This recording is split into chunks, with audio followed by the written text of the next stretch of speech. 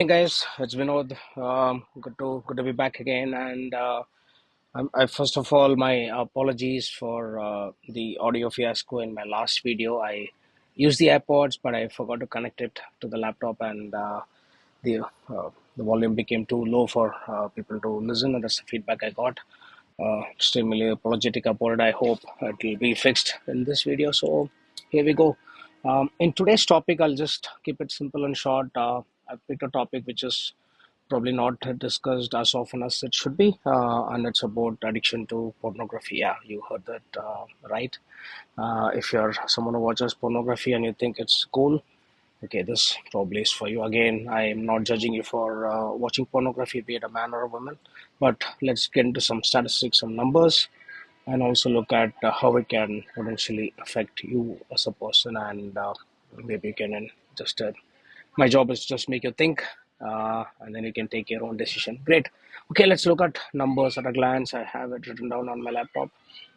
One in four searches in Google is porn related. 92, 93% of men, and about 84, 85% of women watch pornography, and these are numbers from USA and kind of very similar in India too, as of now. Almost about 12 to 15 percentage of all sites are porn related. PornHub is one of the top 10 most visited sites, and according to semrush it is in number 4, about 12 billion visits a month, 150 billion visits a year. And the average age in the USA for boys is 11. I don't know what the number is for girls, but I'm guessing it's about 13 or similar, right? Great. So it's kind of we seem to be in some kind of a pandemic from a pandemic. That's what has happened, and all of the studies so far on, let's say, the effects of porn on people have been focused on men, because women are not as visually stimulated as men are, comparatively, and the internet and porn kind of opened up recently, maybe in the last 15, maybe 20 years max, and it's kind of normalized, like watching pornography among, let's say, even India, like 13, 14 seems to be the average age. It's kind of normalized. There's no more guilt or shame, as in, but people don't publicly admit it. But it's kind of a known fact that if you, whether you're single or married, both men and women, almost 90% of both demography or into pornography. That's the statistic online, and one may argue, okay, what's the big deal about it? Why are we even talking about pornography? I'll come to that, right. Personally, I wasn't much of a pornography watcher for a large part of my adolescent age, as well as even the married life. Around maybe pandemic, just a year before that or something, I started watching. Eventually, I realized the 2 years during the pandemic and stuff, I was watching it quite regularly, and it did become a bit of a addiction over time. It was in, again, 2022, when I was in the path of recovery and changing my habits, is when I thought, okay, this isn't actually doing any good for me, right? And to be honest, it wasn't any good, because it wasn't stimulating me in a manner. Men will understand what I mean by stimulation. I'm being very upfront. There's nothing to feel ashamed. It wasn't really stimulating me. I just didn't feel any effects of what it is supposed to be doing to men. And I thought, okay, something is definitely not right. It just sounded weird, and that's when I spoke to a friend who used to be my tenant. His name is Abhishek. I told him, like, hey, something is wrong with this. Like, what's happening? And he said, oh, have you heard about something called as NoFap?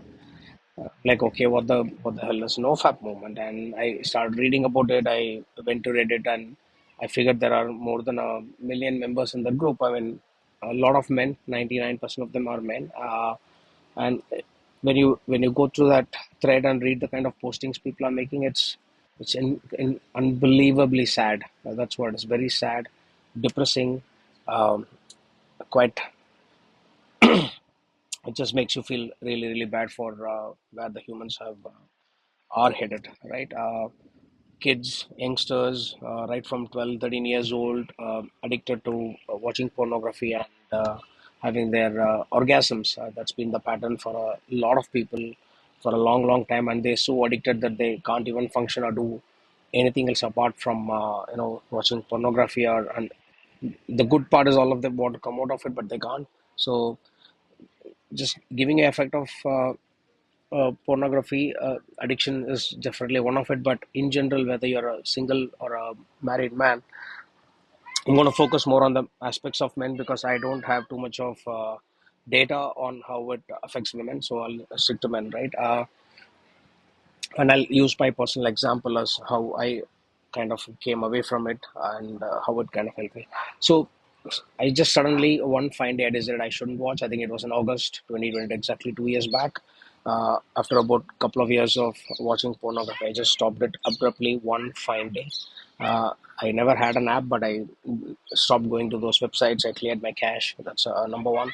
Uh, and it was tough in the initial few days, just like quitting any bad habit. This is also tough. It's not straightforward because you will, when during that free time, during your boredom, during that night when you go to the bed, you would probably feel like watching. But eventually, in about a couple of weeks, I was very clear and steadfast, and clear-headed that I shouldn't be watching it anymore. And I started reading about NoFap and the effects of pornography on brain. I really cannot explain as well as let's say Huberman does on Andrew Huberman on addiction. He has done a couple of very good videos on how pornography affects your brain. It's no different from, let's say, an addictive substance like maybe a nicotine or cocaine or any of these substances. So what is happening, you watch porn, it kind of stimulates you, it gives you a dopamine hit, and then you orgasm, and then you feel a little low, like you just have your dropping below the baseline dopamine. That's exactly what happens, and eventually you learn to get stimulated only by watching pornography. And simply we humans aren't wired for this kind of sexual behavior in the first place. Evolutionary, we were supposed to be attracted to a feminine nature, and women were supposed to attracted to the masculine nature, and was that is going to happen only when you meet people in person, and not some random stranger on internet who's, I mean, I wouldn't say, I don't know if they are farcical or fake, but more or less the standards that they have set online are extremely high that cannot be met in the real life in the first place. And what are the effects of getting used to it? So some of the effects that even NCBI is a great place for you to read and understand. It's a lot of scientific things that you want to are curious about. So I'll just tell you, porn reduces sexual activity in couples. Pornography may increase the rate of erectile dysfunction. In European men, for example, between the ages of 18 and 40, erectile dysfunction rates increased from 5% in 1999 to 14 to 28% in 2011. Pornography may also lead to a decrease in sexual desire, and definitely it affects pair bonding. If you're a married person, whether you're a man or a woman, it does affect pair bonding. Um, Pair bonding as such builds over time, and that's how the human evolution has happened. You start liking a person, you build a pair bond over a period of time, and that's when you reproduce, etc., etc. It takes time, and it's going to affect the pair bonding either which way. So if you're a man and you're addicted to pornography, you might actually have to not delude yourself that it is not harmful, and you really have to think about coming out of it. Of course, there are ways to do that. There are a lot of groups like NoFap which guide you on how it can be done. It's not very difficult. I've kind of gone through that process myself, not knowing that such a group existed. But yes, if you're keen to get out of it, if you aren't, that's up to you. Again, I'm not judging you for your behavior, but I can tell you that it is, in the long run, it's not good for your brain more than anything, right?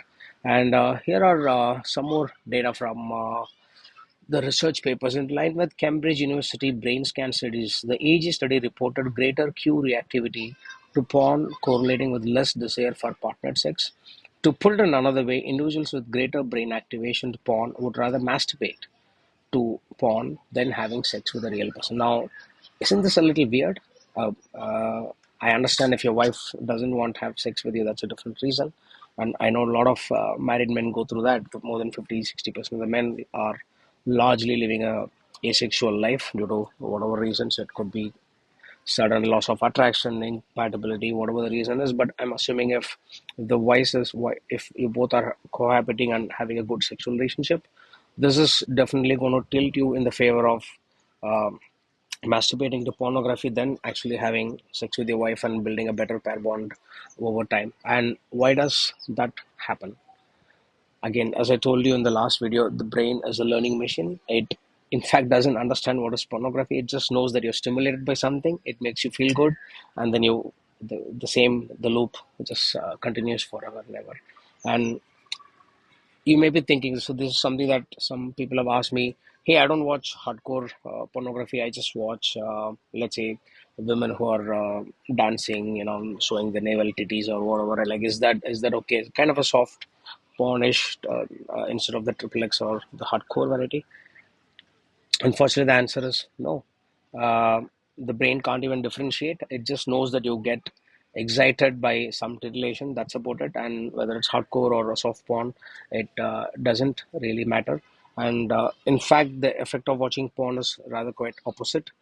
As you start watching, you would not get excited by the same level of pornography that you used to watching, whether it's, let's say, MILF or whatever variety, and you would want to watch more. I don't know what can more serious or I don't know what they term it, but kind of more advanced versions of pornography that titillates you more. That's how you get. That's how the brain is wired.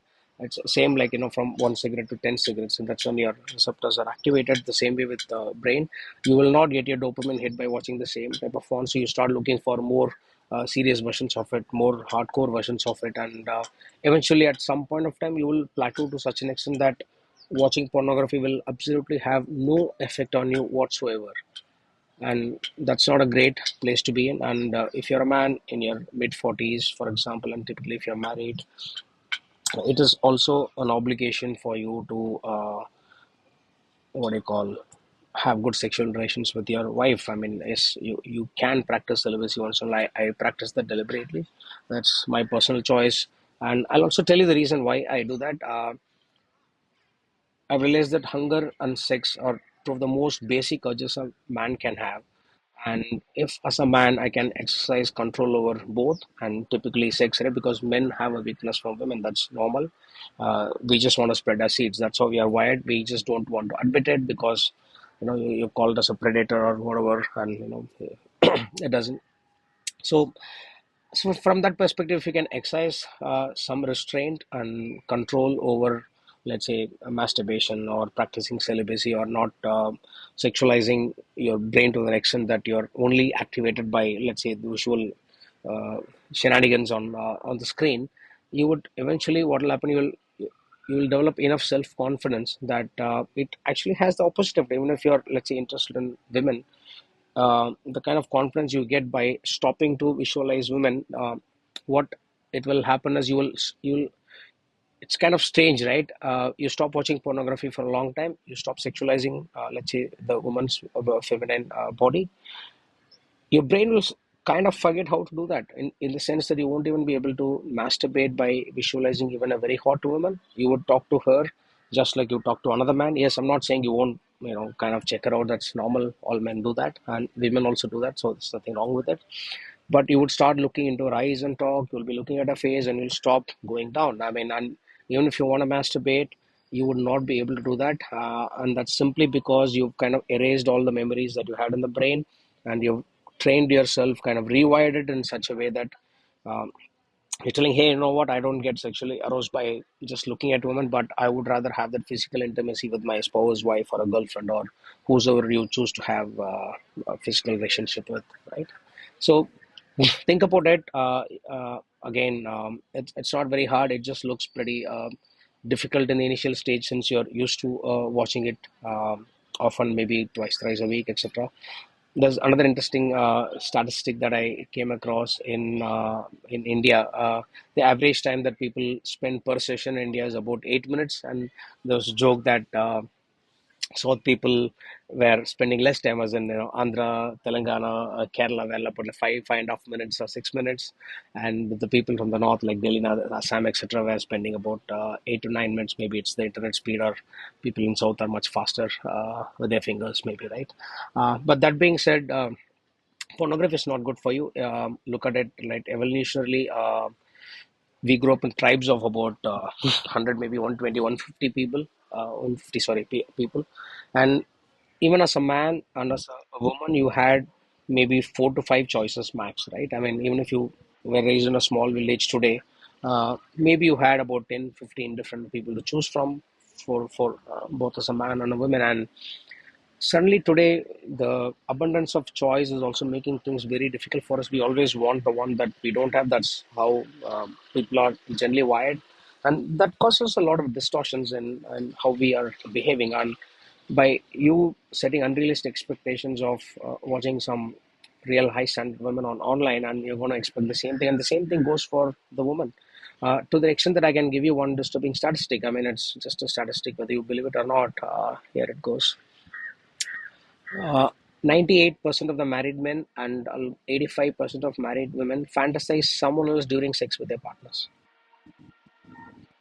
Right? I mean, that's given. Nobody tells the other partner because obviously the woman is going to feel bad and the man is definitely going to feel bad if your wife is masturbating to some other man, imaginary man, maybe an actor or some maybe your husband's friend. I don't know who it is, right? I mean, people can do that, and all of these things will happen because you've started imagining by practicing it, and that's what your brain is used to. You watched people do online, you're used to it, that image will flash in your brain, and you would expect your husband to perform the same way, which is not practical. In the same way for a man, that you expect your wife to be one of those Mia Khalifas and other people, which obviously your wife isn't. So pornography is not good for you, whether you're young adolescent 13, 14, or when you're in your 30s, 40s, whatever, married, unmarried.